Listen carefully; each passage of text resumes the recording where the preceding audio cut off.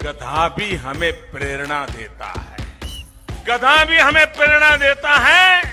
तो जिस गधे से प्रेरणा लेता हूँ और बड़े गर्व से लेता हूँ।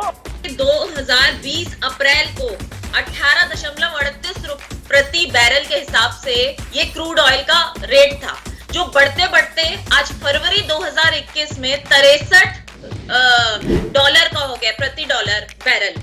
आप बताइए, इतने टाइम में अंतर्राष्ट्रीय मार्केट में ये रेट बढ़े हैं। दूसरा, भारत सरकार की पूरी नजर है कि किसी भी तरीके से ये ऑयल, क्रूड ऑयल के जो अंतर्राष्ट्रीय मार्केट में रेट बढ़े हैं उसका नियंत्रण यहाँ भारत में कम से कम किया जाए कि ज्यादा महंगाई ना हो, क्योंकि ये मार्केट हम सेट नहीं करते, ये सरकार सेट नहीं करती, ये ऑयल मार्केट रेगुलेशन अथॉरिटी होती है, वो सेट करती है, हम सेट नहीं करते। सबसे पहले तो मैं ये स्पष्ट कर दूं। दूसरा, मैं आपको ये बताऊं कि हमने बाकी अपने शासित, भाजपा शासित राज्यों से अपील की है कि एटलीस्ट आप अपना वैट कम करके अपने राज्यों में, जो भाजपा शासित राज्य है, वहां वैट कम करके इसकी राहत जो है वो आम जनता को दें, जिसमें कुछ कदम भी उठाए हैं कुछ राज्यों ने। असम में रेट कम हुए हैं, गुजरात में रेट कम हुए हैं, उन्होंने अपना वैट घटाया है, जिसका सीधा साधा असर जो है वो वहां की राज्य की सरकारों, जनता पे पड़ा है। उनको वहां महंगा पेट्रोल डीजल नहीं खरीदना पड़ रहा। मुझे क्रेडिट नहीं चाहिए। समझ में नहीं आता कि आप राज्यों से अपील क्यों कर रही हैं। ये काम तो केंद्र सरकार का है। एक्साइज ड्यूटी 800% से ज्यादा बढ़ी तो केंद्र सरकार इसकी कीमत को नियंत्रित करे ना। आप राज्यों की तरफ उसे क्यों ठेल रही हो? जब क्रूड ऑयल $10 प्रति बैरल था तो क्या आपने उसका फायदा दिया कंज्यूमर को? नहीं दिया ना। आज आप हवाला दे रही हैं इंटरनेशनल मार्केट का, तब आप क्यों चुप थी और तब भारत सरकार खामोश क्यों थी जब $10 में बिक रहा था? आज $60 पर, उसके बावजूद गैस प्राइस आपकी ₹32 पड़ रही है। गाड़ियां नहीं चली। आप बताइए, जब रेट कम हुआ तब गाड़ियां नहीं चल रही थी, तो उसका फायदा और नुकसान क्या होता? कॉमेडी चल रहा है, कॉमेडी चल रहा है। इंडियन ऑयल की रिपोर्ट है कि कोरोना काल में उसने सस्ता क्रूड ऑयल खरीदा और जमा किया, आज वो महंगे पे बेच रहा है। ये इंडियन ऑयल की रिपोर्ट है, ये खुद कहती है। तो सुनिए ना, यही तो मैं कह रही हूँ कि हमने तो अपने शासित राज्यों में वैट नहीं लगाया। अब हम बाकी जो हमारे भाजपा शासित राज्य है वो भी, चाहे यूपी हो चाहे और, ये भी नजर बनाए हुए हैं कि किस तरीके से वैट हटा दिया जाए। तो आप स्वीकार लीजिए कि कीमतें नियंत्रण आपके हाथ में नहीं है।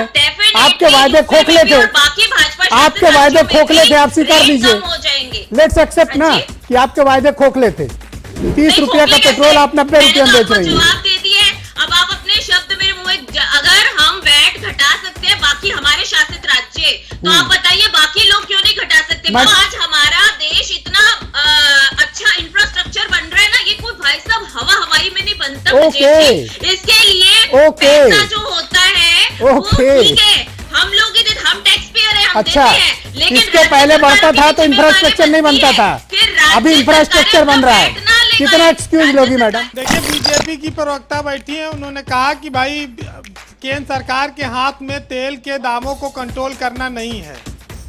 बस खाली ये बता दें कि जब ये विपक्ष में थे तो क्या इनको इस बात की जानकारी नहीं थी, जब ये प्रदर्शन करते थे पेट्रोल डीजल की महंगाई पर?